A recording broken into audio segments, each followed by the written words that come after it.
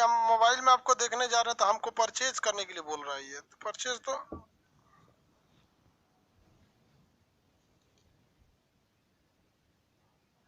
यार ये हम ही को परचेज करने के लिए बोल रहा है।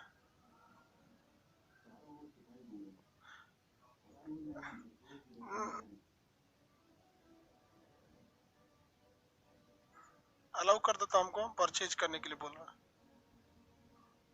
मोबाइल में देखेंगे कैसे। इससे पहले वाले क्लास में आपको बहुत सारी चीजें बताए थे। कोई भी तारा बनने से पहले गैसों का गोला होता है जो निहारिका के फॉर्म में होता है, उसके बाद वो बन जाता है तारा। तारा के अंदर जो न्यूक्लियन संलयन होता है जो हाइड्रोजन हीलियम में बदल जाता है, लेकिन ये स्टेज जो होता है वो प्लाज्मा का होता है। समझाया था ना यहाँ तक में। इसके बाद वो क्या होता है, लाल दानव बन जाता है, रेड जॉइंट। इसके बाद डिपेंड करता है, छोटा रहेगा तो श्वेत वामन, उसके बाद चमकना बंद कर देगा तो काला वामन, बड़ा हो जाएगा तो अभिनव तारा। अभिनव तारा के बाद कई चीजें हो सकते हैं, वो न्यूट्रॉन हो सकता है, वो पल्सर या हो सकता है क्वेसर हो सकता है, ब्लैक होल हो सकता है। सबसे ज्यादा घनत्व जो होता है पल्सर या ब्लैक होल का होता है। क्वेसर और पल्सर बहुत तेज घूमते हैं, न्यूट्रॉन तारे पे कोई चार्ज नहीं होता। अभिनव तारा विस्फोटक होता है। श्वेत वामन को जीवाश्म तारा कहते हैं, इसमें आकार बढ़ जाता है।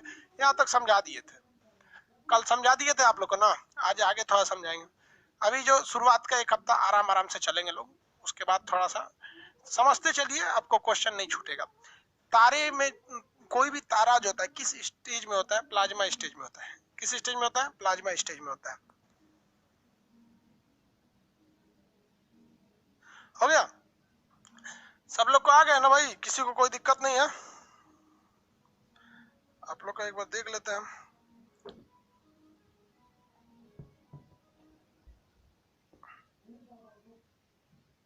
हो गया,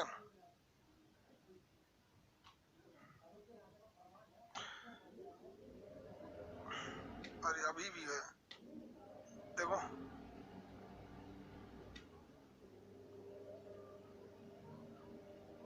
चलिए देखिए, आज आपको हम बताते हैं आकाश गंगा के बारे में। आकाश गंगा, ब्रह्मांड किसे कहा जाता है, यूनिवर्स। आप अगर यूनिवर्स की बात करेंगे तो आंख उठाइए, जितना चीज दिख रहा है सबका सब ब्रह्मांड है। आंख उठा के जितना चीज देखेंगे सबका सब ब्रह्मांड है। ब्रह्मांड बहुत असंख्य चीज है, ब्रह्मांड को कोई कल्पना ही नहीं कर सकता है। ब्रह्मांड असंख्य चीज होती है, इसकी कल्पना करना भी मुश्किल हो जाता है। ब्रह्मांड में तारे होते हैं, सबसे ज्यादा ब्रह्मांड में अगर कुछ है तो तारे हैं। असंख्य तारे हैं, उन तारों की समूह को हम लोग कहते हैं आकाश गंगा। क्या कहेंगे, आकाश गंगा। ये आकाश गंगा है। वैसे ही कई सारे आकाश गंगा होते हैं, ये भी आकाश गंगा है। कोई कहेगा तारों के समूह को क्या कहा जाता है, तो आकाश गंगा कहा जाता है। इसमें 100 अरब तारे होते हैं। कोई कहेगा एक आकाश गंगा में कितने तारे होते हैं, तो 100 अरब तारे होते हैं। एक आकाश गंगा में कितने तारे होते हैं, 100 अरब तारे होते हैं। ब्रह्मांड में आकाश गंगाओं की कोई कमी नहीं है। आकाश गंगा क्या होता है, तारों का एक समूह। यहाँ पे आपको कई सारे आकाश गंगा दिख रहे होंगे। यहाँ देखिए कितनी आकाश गंगा दिख रहे हैं, आंसर दीजिए तो। आकाश गंगा यहाँ पे आपको 6 आकाश गंगा दिख रही है। तारों के असंख्य समूह को आकाश गंगा कहा जाता है, जो ब्रह्मांड में बिखरे हुए हैं। यहाँ 1 2 3 4 5 6 आकाश गंगा दिख रही है। अगर आप ब्रह्मांड की बात करेंगे तो ब्रह्मांड में आकाश गंगा की कोई कमी नहीं है। ये आकाश गंगा की संख्या 100 अरब है। कितने है भैया, 100 अरब है। अभी आपको कितनी आकाश गंगाएं दिख रही हैं, कितनी दिख रही है इस आकाश गंगा में? ये आकाश गंगा अभी आपको दिख रही है केवल 6, जबकि कितनी आकाश गंगा है, 100। और हर एक आकाश गंगा में अगर तारे की बात करिएगा तो 100 अरब तारे हैं। ससुरा कहीं का 100 अरब आकाश गंगा है। हर आकाश गंगा में कितने तारे हैं, सब 100 अरब तारे हैं, 100 अरब तारे।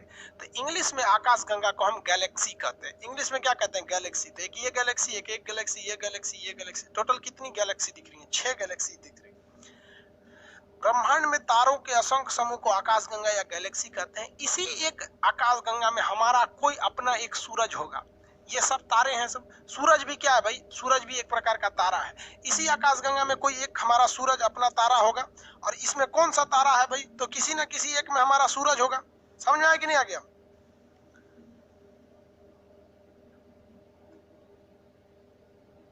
सर इंग्लिश बोल दीजिए तो। अभी गैलेक्सी क्या चाइनीज भाषा है? दो ब्लैक होल में टक्कर हो जाएगा तो क्या होगा, दोनों ब्लास्ट कर जाएंगे सब।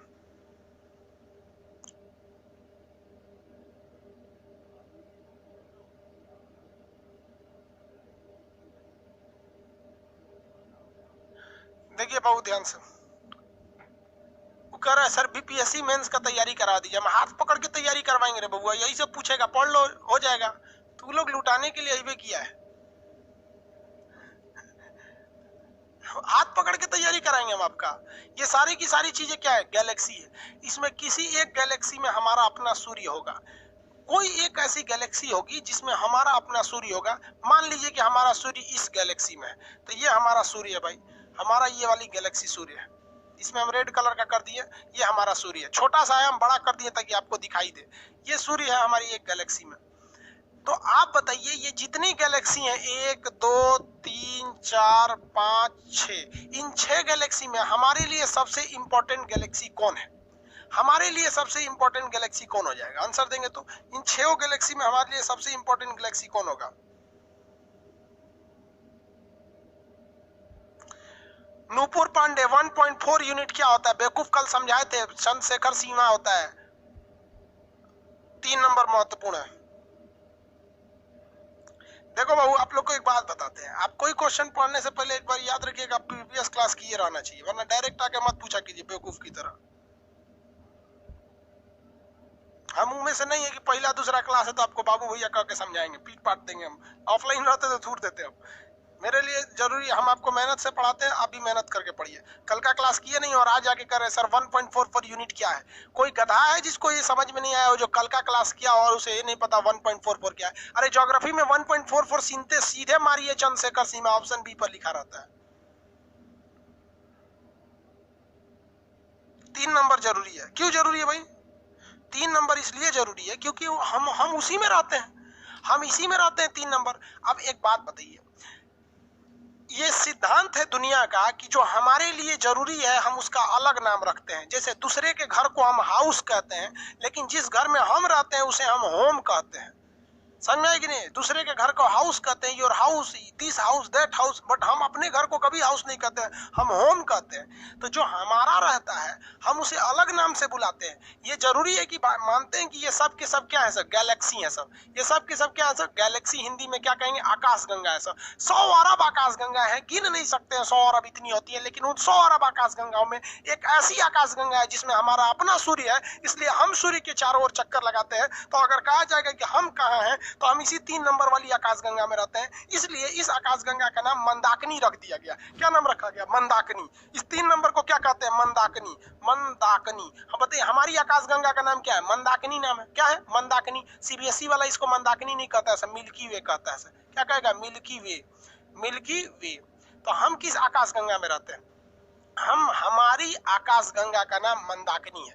क्वेश्चन पूछेगा क्या हमारी मंदाकिनी आकाशगंगा है? क्या दिक्कत है? नहीं समझ में आया? हमारी आकाश भैया बतिया तो बराबर है, ये आकाशगंगा का नाम अलग है बस ना। हम कौन सी आकाशगंगा में रहते हैं? मंदाकिनी नामक आकाशगंगा में रहते हैं। इसका मतलब हमारी मंदाकिनी आकाशगंगा है, लेकिन सभी की सभी आकाशगंगा मंदाकिनी नहीं है। सभी की सभी मंदाकिनी आकाशगंगा नहीं है। समझ में आ गया कि नहीं आ गया? किसी को कोई दिक्कत है? आगे बढ़ जाओ। किसी को दिक्कत नहीं ना? तो हम किस में रहते हैं? मंदाकिनी नामक आकाशगंगा। मंदाकिनी को इंग्लिश वाले मिल्की वे कहता है। अब हिंदी मीडियम वाला को खखोरने की आदत है। मिल्क मतलब होता है दूध, तो इसका नाम रख दिया गया दुग्ध मेखला। मेखला सुजुरा एकरे हिंदी कर दिया दुग्ध मेखला। भाई एगो हिंदी तो पहले ही था, फिर एगो हिंदी कर दिया, इसलिए हिंदी मीडियम वाला चौपट हो जाता है। 8 गो तो नाम रखता है सब। पैर, गोड़, ठेहुना। इंग्लिश मीडियम वाला एक बार बोलेगा लेग, काम खत्म, उसका हो गया। हिंदी वाला दो को नाम रखता है। मस्तिष्क, दिमाग, इंग्लिश वाला आएगा कहेगा एक गो बस ब्रेन। हिंदी वाला पेट, आमाशय, उदर, ससुरा 3 गो नाम रखेगा। इंग्लिश वाला आएगा स्टोमक, काम खत्म। इसलिए इंग्लिश वाला कम पढ़ के तेज निकल जाता है सर। सीबीएसई बोर्ड वाला वहां समझ में आया कि नहीं? हिंदी मीडियम वाला रगड़ते रह जाता है सर। तो इसी को हम कहते हैं मंदाकिनी, मिल्की वे, दुग्ध मेखला कहते हैं। भाई साहब तारों की संख्या ब्रह्मांड में तो कोई गिन ही नहीं सकता है। हमारी एक मंदाकिनी में यानी एक आकाशगंगा में 100 अरब तारे हैं, और ऐसी ऐसी आकाशगंगाओं की संख्या 100 अरब है। कितना है? 100 अरब है। आपको एक एग्जाम्पल के तौर पे समझाते हैं ताकि आपका दिमाग थोड़ा खुले। और जरा आप कल्पना कीजिए कि ये ससुरा मंदाकिनी होता कितना बड़ा है। ये मंदाकिनी है, बहुत बड़ा बड़ा गोला पड़ा हो गया। ये क्या है? मंदाकिनी है। ये मंदाकिनी है, तो इसका मतलब कंफर्म कि सूरज इसी में होगा। अरे और बहुत सारे आकाश गंगा ऐसा, लेकिन इसमें मंदाकिनी है तो सूरज यहीं पे होगा। तो हम आपको बताते हैं, सूरज जो है अपनी आकाश गंगा, सूरज जिस आकाश गंगा में रहता है उस आकाश गंगा का नाम क्या है? मंदाकिनी। उस आकाश गंगा का नाम क्या है? मंदाकिनी। उस मंदाकिनी में ये सबसे साइड में है और ये इसका चक्कर लगाता है। क्या करता है? चक्कर लगाता है। तो सूर्य भी चक्कर लगा रहा है किसका? अपनी मंदाकिनी का। ये चोट्टा बड़ी धीमा चक्कर लगाता है। कितने लोग बता सकते हैं कि हमारी पृथ्वी जिसमें हम रहते हैं वो सूर्य का चक्कर कितने दिन में लगाती है? हमारी पृथ्वी सूर्य का चक्कर, एक चक्कर पूरा कितने दिन में लगा देती है? इतना तो लोल नहीं होगा, सब आंसर दे ही देना चाहिए। कितने दिन में लगा देती है? और आंसर तो भाई 365 दिन में। ठीक है, एक दिन में कौन बोल रहा है? दीपक पटेल जी। कहा भाई सरदार पटेल का नाम डुबाएंगे आप? एक दिन में तो हम अपने जगहिया पे घूमते हैं, समझ में आ गया नहीं आ गया? उस सूर्य का चक्कर थोड़े लगाता है, हम अपना चक्कर लगा 365 दिन में चक्कर लगा लेता है। लेकिन ये जो सूर्य है ये चोट्टा इतना कोढ़िया है कि ये इसका चक्कर लगाता है 25 करोड़ साल में। देखिए इस कोढ़िया को 25 करोड़ साल में चक्कर लगाता है। हद है भैया। अगर सूर्य को अपना हैप्पी बर्थडे 1 साल बनाना है अगला साल में, तो 1 साल के बाद अगला साल आएगा 25 करोड़ साल बाद। इतना बड़का ये सूर्य कोढ़िया है। ये कितने स्पीड से घूमता है आपको पता है? ये कोढ़िया कितने स्पीड से घूमता है? तो 250 किलोमीटर प्रति सेकेंड। अब अंदाजा लग गया कि भैया कोढ़िया नहीं है, ये इतना बड़ा है, ये है। तो चूरा आकाश गंगा जिसमें हम रहते हैं, आकाश गंगा की तो कोई कमी नहीं है। एक चक्कर पूरा करने में 25 करोड़ साल लगता है, जबकि इसकी स्पीड जो होती है वो क्या होती है? 250 किलोमीटर प्रति सेकंड। 250 किलोमीटर प्रति सेकंड। सोचिए कितना भयानक होता है। अगर एक राज्य की बात करेंगे, स्पेशली अगर बिहार का, तो 1 सेकंड में आर पार बिहार। राजस्थान की बात करेंगे 2 सेकंड में राजस्थान आर पार, खत्म कहानी। इतना खतरनाक होता है, इतनी स्पीड से। अब आप साइज का अंदाजा लगा लीजिए। इसीलिए हम जब भी आपसे बोलेंगे एस्ट्रोनॉमी में कुछ समय की बात, तो कुछ समय का मतलब सीधे आप समझिए करोड़ साल बाद। यानी सूर्य को हैप्पी बर्थडे कितने साल बाद आता है? 25 करोड़ साल बाद। इसे हम लोग कहते हैं cosmic year. Cosmic year. Cosmic year कितने साल का होता है? 25 करोड़ का होता है। लेकिन हम लोग किसका चक्कर लगाते हैं? सूर्य का। तो उसे हम लोग सोलर ईयर कहते हैं। हम लोग तो सूर्य का चक्कर लगाते हैं, तो सोलर ईयर 365 दिन का होता है। सोलर ईयर 365 डेज का होता है। जबकि कॉस्मिक ईयर कितने साल का होता है? 25 करोड़ साल का। आइडिया लग गया आप लोगों को कितना बड़ा है कितना छोटा? दिमाग काम कर रहा है ना? 2500 लिख दिए क्या? 250 किलोमीटर प्रति सेकंड होता है जी।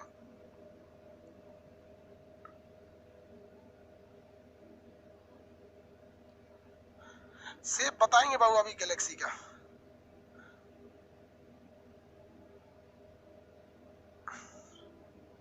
आज बायो का पूरा क्लास नहीं चल पाया था, इसलिए पूरा नहीं। सब ऑप्शन बी ही होता है सर? क्या नहीं रे बाबू, सब बी नहीं होता है। 4 गो ऑप्शन ही रहता है। तू जो बैच में उसका ऑप्शन बी होता होगा बाबू। तेरे जिला की जितनी जनसंख्या है ना, उतना लड़का को हम पढ़ा चुके हैं, समझे?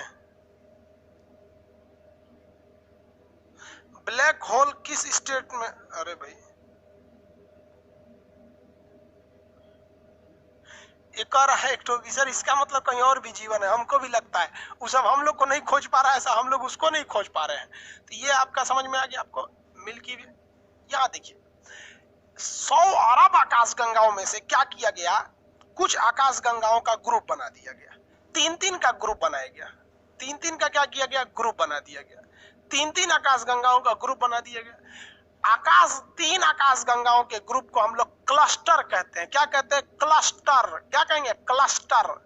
3 आकाश गंगाओं के ग्रुप को क्या कहेंगे? क्लस्टर। हम जिस आकाश गंगा में रहते हैं उसका नाम है मंदाकिनी, और हमसे करीबी जो सबसे करीबी आकाश गंगा है, उस सबसे करीबी आकाश गंगा को हम लोग कहते हैं देवयानी, एंड्रोमेडा। जैसे देखिए ये सबसे करीबी है एक तरह से, ये तो थोड़ा ज्यादा दूर है, ये करीब बना दिए इसको, तो इसे कहते हैं देवयानी। देवरानी नहीं, देवयानी, एंड्रोमेडा। देवयानी यानी एंड्रोमेडा। देवयानी यानी एंड्रोमेडा कहते हैं। क्या कहते हैं? एंड्रोमेडा। क्या कहेंगे? एंड्रोमेडा। तो ब्रह्मांड में कितनी आकाश गंगाएं? 100 अरब आकाश गंगाएं। 3 आकाश गंगाओं के समूह को क्या कहते हैं? सुपर क्लस्टर कहते हैं। इस सुपर क्लस्टर में 3 आकाशगंगा रहती। इसमें से किस आकाशगंगा में हम रहते हैं? तो हम मंदाकिनी नामक आकाशगंगा में रहते हैं। हमारी मंदाकिनी में सबसे करीबी मंदाकिनी कौन सा है?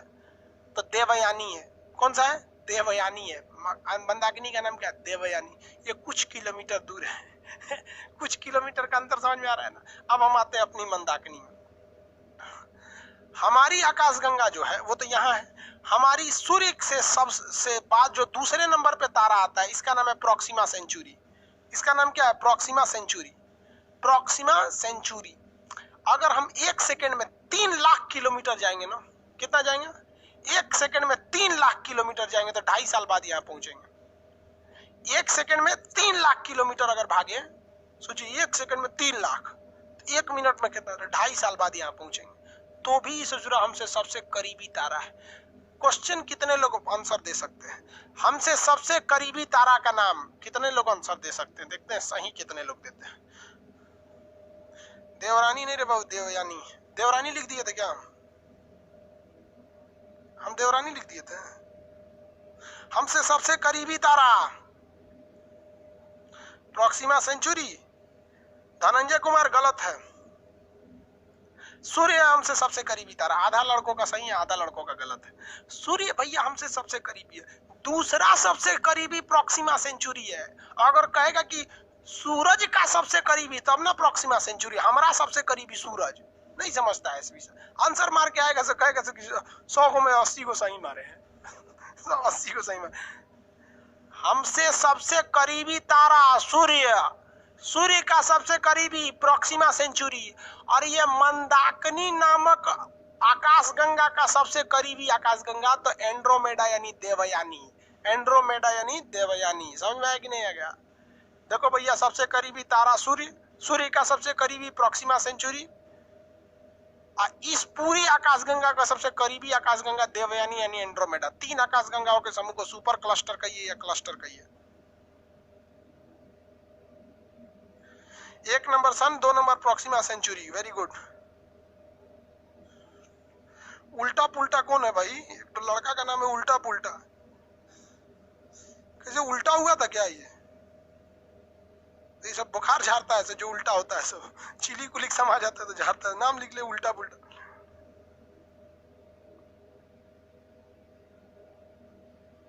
आगे बढ़े।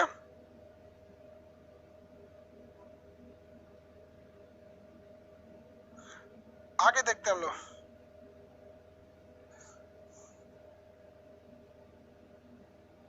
सर आपके क्लास मेन से कैसे उपयोगी होगी बताइए। ये हो गया ना। अब आओ यहाँ पर, ये हमारी आकाशगंगा हो गई। दूसरी आकाशगंगा हम बनाते हैं, थोड़ा बड़ा बनाते हैं। ये हमारी अपनी मंदाकिनी है। हम तो आपको समझने के लिए बता दे रहे हैं, थोड़ा बड़ा बना रहे हैं क्योंकि अब इसमें हमको तारामंडल वगैरह सब बनाना है। ये मंदाकिनी है। ये हमारी क्या है भैया? मंदाकिनी। इस मंदाकिनी में हमारा कौन होगा? सूर्य होगा। मंदाकिनी में हमारा आकाशगंगा है। हमारा जो आकाशगंगा है ना, सर्पिलाकार है। सर्पिलाकार। सर्पिलाकार को अंग्रेजी में क्या कहते हैं? स्पाइरल। स्पाइरल है। स्पाइरल का मतलब क्या होता है भाई साहब? स्पाइरल का मतलब आप थोड़ा समझिए कि अगर हम आपको एक कोई एरिया दे देते हैं, ये एरिया, और इस एरिया में हम कहते हैं कि 100 ताराओं को सजाइए, तो 100 तारा कैसे सज पाएगा भैया? मान के चलिए कि एक एरिया दे दिया हम, इस एरिया में हमको 100 ताराओं को रखना है, तो 100 तारा कैसे? 1 2 3 4 5 6 7 8 9 10 11 12 13 14 15 16 17 18 19 20 50 में भर जाएगा।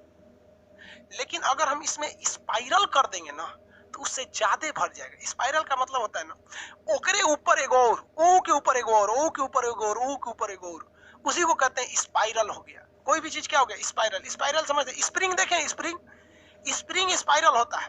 आप स्प्रिंग को रखिएगा ना तो एक के ऊपर एक होते हैं सब, एक के ऊपर एक, एक के ऊपर एक। तो ये जो आकाशगंगा है ना, तो ये मत सोचिएगा कि अगर यहाँ तारा है तो यहाँ एक दूसरा नहीं है। यहाँ पे एक और हो सकता है, बस हाइट का अंतर देके, हाइट का अंतर देके।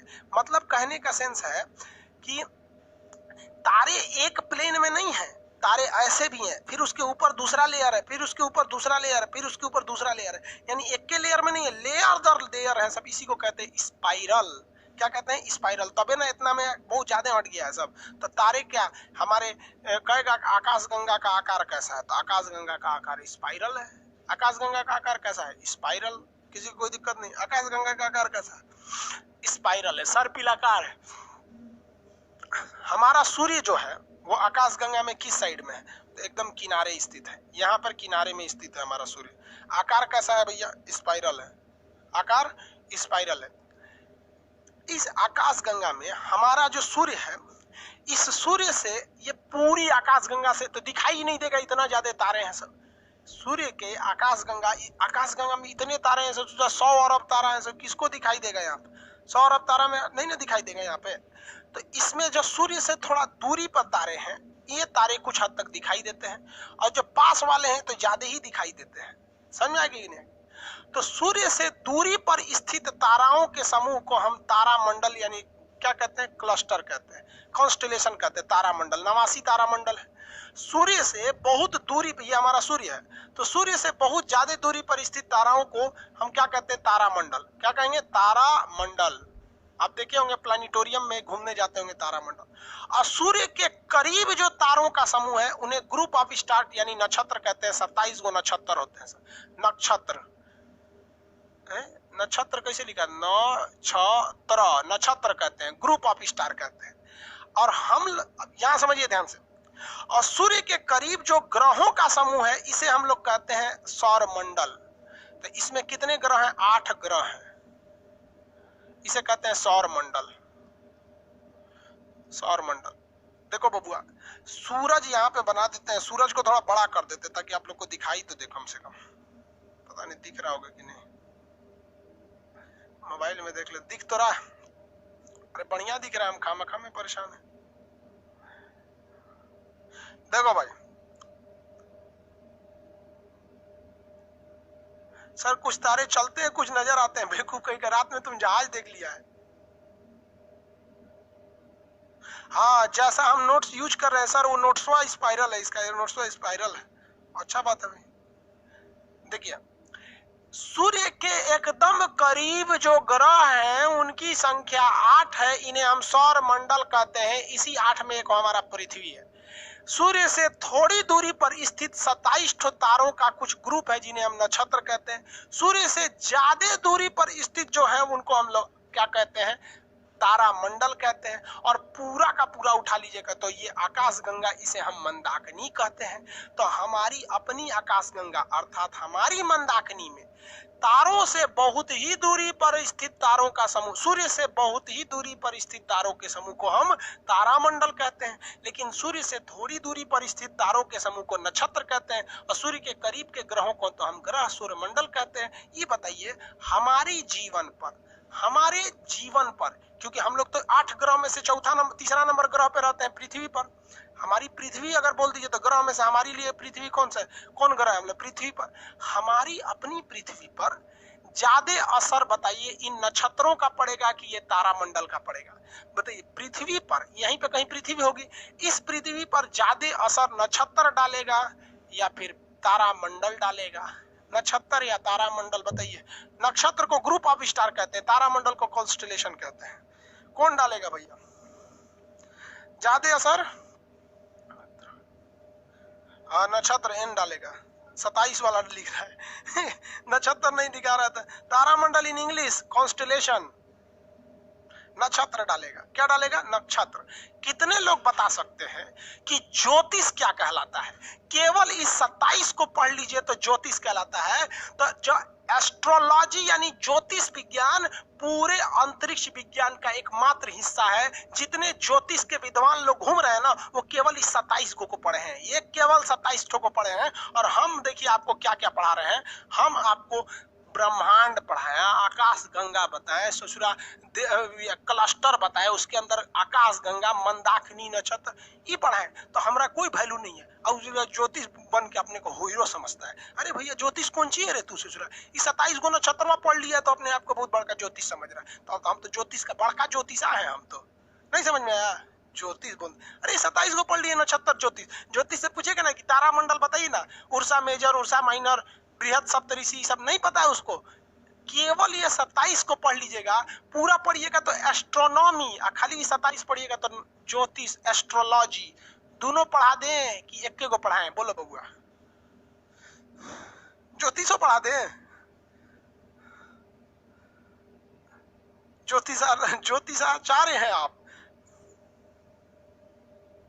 अरे भाई ज्योतिष हुए 27 को पढ़िए, आपका बुद्धि काम नहीं कर रहा है। ये ना 27 को नक्षत्र होता है, लोग कहते हैं ना कोने नक्षत्र में पैदा हुआ है, काहे ना कहते हैं कोने तारामंडल में पैदा हुआ है। तारामंडल में कहां से पैदा हो जाएगा? हाँ दोनों देखो, ज्योतिष का ज्यादा झगड़ा है यहाँ पे, ज्योतिष सब कह रहा है, दोनों पढ़ा दीजिए। अरे बाप रे बाप, इसलिए ज्योतिष का ये सब भागले हैं सब यहाँ पे, दोनों पढ़ा दीजिए।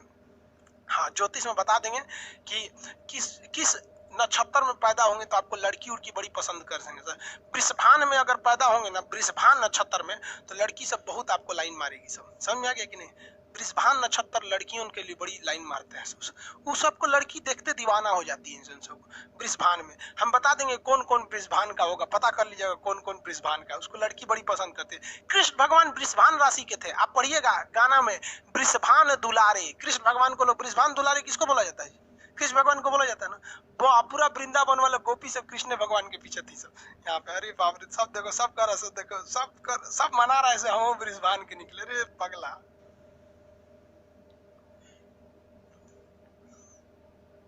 वो कह रहा है अभिषेक कुमार सर बीपीएससी नहीं निकला तो ज्योतिष बन जाएंगे लोग। अच्छा हाल है भाई, अभी से ये बैकअप से लेके चल रहा है। चलिए देखो भाई, आगे देखते हैं हम लोग, सब ऐसे पगला देगा सब। 27 तो नक्षत्र होता है। पहले ग्रहों की संख्या कितनी थी? कितने लोग बता सकते हैं? पहले ग्रहों की संख्या थी 9। आपको हम नक्षत्र का बताते हैं। नक्षत्र ज्योतिष में बहुत पहले से, जब कृष्ण भगवान उत्तर प्रदेश का मथुरा छोड़कर गुजरात के द्वारका चले गए थे तो गोपियां परेशान हो गई थी और गोपियों ने कहा था कि नखद वेद ग्रह जोड़कर अधिकर अबसो बनत उसे खाए। मतलब जितने नक्षत्र हैं उसे जोड़ दीजिए। तो नक्षत्र कितने भैया? 27। उन्होंने क्या कहा था? नखद वेद ग्रह जोड़कर। नक्षत्र कितने हैं? 27। वेद कितने हैं? 4। ऋग्वेद, सामवेद, यजुर्वेद, अथर्ववेद, 4। नखद वेद ग्रह, ग्रह कितने हैं? तो उस समय ग्रहों की संख्या 9 थी भैया। आज ना 2006 में 8 हो गए सब।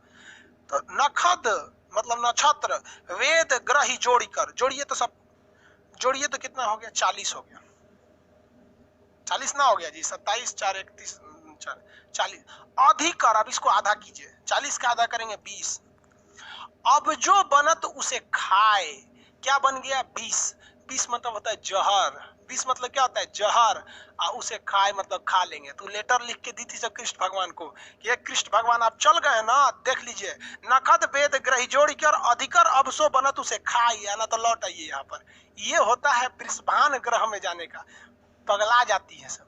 तो कुछ कुछ लड़का सबको दिखेगा ना, वो नखद वृषभान का होता है तो ओकरे याद में लड़की सब इसे ब्लेड से काट लेती है सब। Oh my God, if you will not return that I will cut my all arteries and veins because I true love you. दूर ससुरा का सच्चा प्यार इंसान की जिंदगी बर्बाद कर देता है। अगर जिंदगी बनाना है तो याद रखिए, या तो प्यार कीजिए नहीं, या तो ओनली टाइम पास, अदरवाइज आपकी लाइफ खराब हो जाएगी। लड़की छोड़ के जाना मतलब सौभाग्यशाली। जिसको लड़कियों ने लात मारा वो बहुत आगे चला गया है। समझ में आ गया कि नहीं गया? लड़की छोड़ के जाने से कुछ नहीं होता है। लड़की है ससुरी, ऑक्सीजन थोड़े है कि चल जाएगी तो मर जाएंगे आप लोग। हटाइए उन सब। समझ में आ गया कि नहीं? कौन कौन क्या क्या बोल रहा है भाई?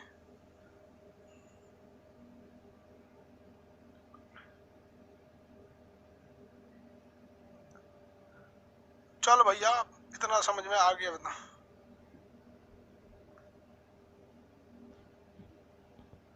शैलेश कुमार कह रहे हैं प्यार हो जाता है।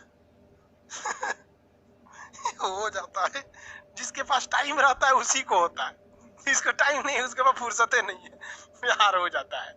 बचपना है ये। इतना तो समझ में आ गया आप लोग को? किसी को कोई दिक्कत नहीं है? सूर्य, प्रोक्सिमा सेंचुरी वगैरह में हम लोग किसमें रहते हैं? मंदाकिनी, देवयानी इत्यादि में रहते हैं लोग। तो ये आकाशगंगा। तो हम आपको क्या बताए थे? तारा कैसे बनता है, फिर तारों के समूह हो जाते हैं, फिर कैसे कैसे हो जाता है, फिर बिग बैंग थ्योरी वगैरह, ये सारी चीजें आते रहते हैं आपको। ये सब के बारे में आपको पढ़ना है, A to Z। आगे बताए आपको तारामंडल वगैरह, आकाशगंगा के बारे में सब बताएं। ब्रह्मांड क्या चीज हो जाएगा भाई, तो नक्षत्र वगैरह तो होते हैं सब भाई। ज्योतिष किस पर स्थित है, तारामंडल पे कि नक्षत्र पे? ज्योतिष किस पर स्थित है भाई, ज्योतिष तारामंडल पे नहीं, नक्षत्र पर स्थित है। यहाँ देखो ये पूरा का पूरा जो बोर्ड देख रहे हैं ना, ये पूरा का पूरा क्या है, ब्रह्मांड है। इस ब्रह्मांड में क्या आते हैं सब, आकाश गंगा आते हैं।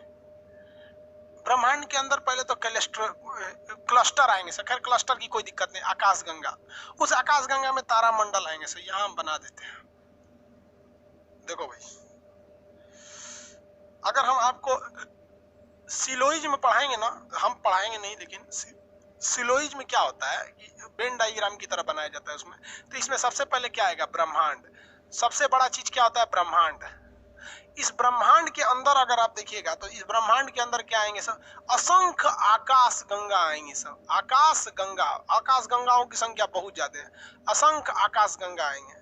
उस आकाश गंगा के अंदर जाएंगे तो तारामंडल आएगा, तारामंडल। इस तारामंडल के अंदर आएंगे तो नक्षत्र आएगा, क्या आएगा, नक्षत्र आएगा। इस नक्षत्र के अंदर आएंगे तो सौर मंडल आएगा, सौर मंडल आएगा। सौर मंडल के केंद्र में कौन आएगा, सूर्य आएगा। कौन आएगा, सन आएगा। सूर्य के चारों ओर क्या होगा, सौर मंडल आ जाता है। ये इतनी चीजें होती है सर, इसको ध्यान में रख के पढ़ना है आपको। हमारी आकाश गंगा का नाम है मंदाकिनी, हमारी आकाश गंगा का नाम क्या है, मंदाकिनी। अब इतना तो समझ में आ गया आप लोगों, समझे सब कि नहीं?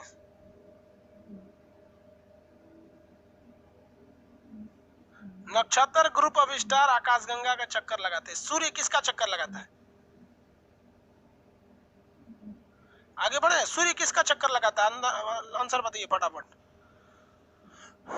सूर्य किसका चक्कर लगाता है, अरे भैया सूर्य अपनी आकाशगंगा का चक्कर लगाता है। सूर्य किसका चक्कर लगाता है, अपनी आकाशगंगा का चक्कर लगाता है। समझ में कि नहीं का? और हम किसका चक्कर लगाते हैं, सूर्य का चक्कर लगाते हैं। सूर्य के पीछे सूर्य भागता है तो वो हमको भी खींच के लेकर भागता है। सूर्य क्या करता है, हमको भी खींच के लेकर भागता है, लेकिन पता नहीं चलता है हम लोग को। सूर्य चक्कर लगाता है आकाशगंगा का। अब कुछ एक से एक लोल वैज्ञानिक हुआ है सब। वैज्ञानिक लोल देखिए कौन कौन लोल वैज्ञानिक, यहाँ आपको 4 सिद्धांत पढ़ना है, टालमी, कोपरनिकस, केपलर और हब्बल। एक तारा सिद्धांत, द्वितारा सिद्धांत और उसके बाद से बिग बैंग थ्योरी। ये हमारा सूर्य है, सूर्य है, और ये हमारा पृथ्वी है। ये हमारी क्या है, पृथ्वी है। टालमी एक वैज्ञानिक थे, ये चोट्टा टालमिया क्या बोला, टालमी बोलता है ना कि हमारी पृथ्वी स्थिर है, हमारी पृथ्वी स्थिर है। सूर्य हमारी पृथ्वी का चक्कर लगाता है, इसीलिए तो सूर्योदय और सूर्यास्त होता है। कौन चक्कर लगा रहा है, सूर्य लगा रहा है। तो चोट्टा बोलता है कि सूर्य चक्कर लगाता है, सूर्य चक्कर लगाता है। और लोग टालमी को लोग भगवान समझने लगे, वैज्ञानिक, टालमी वैज्ञानिक, हद हो गया। इसको टालमिया को लोग 800 साल तक इस टालमी को लोग वैज्ञानिक कहने लगे लोग, टालमी टालमी। टालमी के बाद आया आपका कोपरनिकस। कोपरनिकस, कोपरनिकस ने कहा रे बकलोलवा, सूर्य चक्कर नहीं लगाती है, पृथ्वी चक्कर लगाते हैं सब। कौन चक्कर लगा रहा है, पृथ्वी चक्कर लगाता है।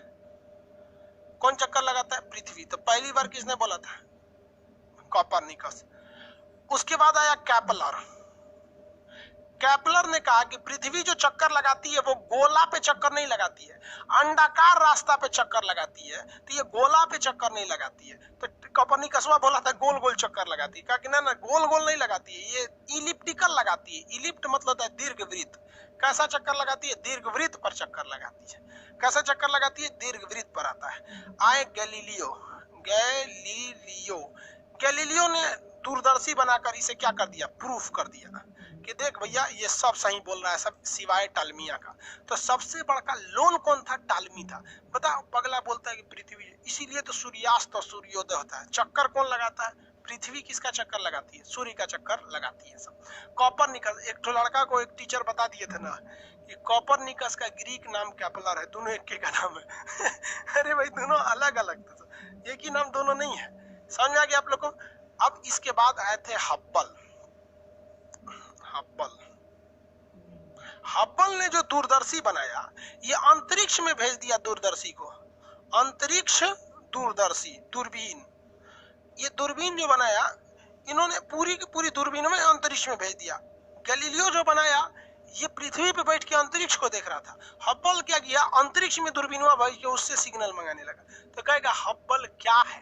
तो हब्बल एक टेलीस्कोप है, जिस टेलीस्कोप की मदद से हम पृथ्वी पर रहते हुए भी अपनी आकाशगंगा को देख सकते हैं। और उससे देखने के बाद पता चला कि सारे तारे एक दूसरे से दूर जा रहे हैं, अर्थात ब्रह्मांड का आकार अभी बढ़ रहा है।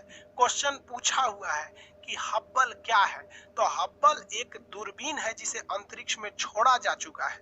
इस दूरबीन का निर्माण एडविन हब्बल नामक खगोलवेता के नाम पर पड़ा है। हब्बल ने बताया था कि ब्रह्मांड अभी और विस्तारित हो रहा है, बढ़ रहा है। दुनिया में सबसे बड़ा चीज क्या हो जाएगा भैया? तो ब्रह्मांड हो जाएगा। सब चीज ब्रह्मांड के अंदर ही आते हैं, इसीलिए इनको ब्रह्मांड कहा जाता है ना। ब्रह्मांड को बनाया था ब्रह्मा जी, उन्हीं के ऊपर मूर्ति मंदिर उंदिर नहीं है। विवाह कर लिए थे, वो एगो श्राप व्राप लग गया था उनको। चलिए यहाँ देखिए ध्यान से, इतना तो आप लोग को समझ में आ गया। किसने बोला कि पृथ्वी चक्कर लगाती है? सबसे पहले किसने बोला कि पृथ्वी चक्कर लगाती है? सबसे पहले किसने बोला पृथ्वी चक्कर लगाती है भाई? सबसे पहले बताया था कोपरनिकस ने, लेकिन ये गलती कर दिया था। इसने बोला था गोला पे चक्कर लगाती है। केपलर ने बोला दीर्घवृत्त पे चक्कर लगाती है। केपलर का सिद्धांत आपको फिजिक्स में पढ़ाएंगे। गैलीलियो ने सिद्ध कर दिया था कि पृथ्वी पर चक्कर लगाती है। हब्बल ने क्या बोला था? अंतरिक्ष दूरबीन है, और इसने बोला कि ब्रह्मांड विस्तारित हो रहा है। ब्रह्मांड क्या हो रहा है? विस्तारित हो रहा है। टालमी बकलोलवा, टालमी बोला था कि सूर्य चक्कर लगाता है। टालमिया तो लोल था। बालकृष्ण महतो, टालमिया तो बोला था कि सूर्य चक्कर लगाता है, तो लोल था। ये टालमी है। कोपरनिकस, कई तो को कोपरनिकस लिखने नहीं आ रहा है ना, तो दू लिख दिया कोपरनिकस की जगह पे दू। केपलर ने ग्रहों की गति का सिद्धांत दिया और उसने बताया था कि दीर्घवृत्त पर चक्कर लगाते हैं। हमसे सबसे करीबी आकाशगंगा कौन है? आंसर दीजिए। हमारा सबसे करीबी आकाशगंगा कौन है? आंसर दीजिए। हमारा सबसे करीबी आकाशगंगा कौन है? केपलर आदमी का नाम है। एंड्रोमेडा, वही देवयानी या एंड्रोमेडा। हमसे सबसे करीबी तारा बोलिए, हमारा सबसे करीबी तारा। हमसे सबसे करीबी तारा, सबसे करीबी तारा हाँ सूर्य। सूर्य से सबसे करीबी तारा प्रोक्सिमा सेंचुरी। सूर्य से सबसे करीबी तारा हो जाएगा प्रोक्सिमा सेंचुरी। सूर्य से सबसे करीबी तारा प्रोक्सिमा सेंचुरी हो गया। सूर्य से सबसे करीबी तारा प्रोक्सिमा सेंचुरी। दूरबीन और टेलीस्कोप में क्या अंतर है भाई? दोनों एक ही चीज है। तो जो टेलीस्कोप होते हैं सब बहुत दूर तक दिखाई दे देते हैं। टेली मतलब होता है दूर, स्कोप मतलब देखना। हिंदी में उसी को कहते हैं दूरबीन।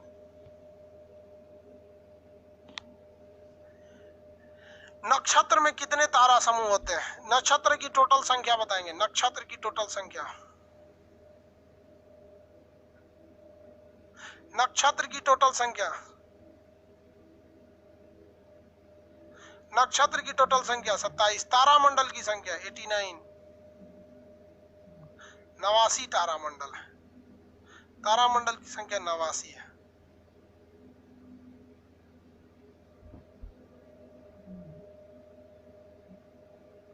चलिए इतना हो गया। अब इसको आज के लिए इतना ही रहने देते हैं, कल बताएंगे आपको, ठीक है। अब ज्योतिष वगैरह सब पढ़ने के लिए रेडी रहिए। ज्योतिष में ज्योतिष वगैरह, ज्योतिष तो सिंपल है यार, तो हम आपको पढ़ाइए देंगे। ज्योतिष सिंपल है, E27 को पढ़ा देंगे तो ज्योतिष हो जाएगा। जब ज्योतिष पढ़ लीजिएगा ना सब समझ में आ जाता है आप लोग को। ज्योतिष में कहते हैं ना कि शनिचर के दिन बाल नहीं कटवाना चाहिए। समझ में गया? आपको कंसेप्ट नहीं पढ़ाता है।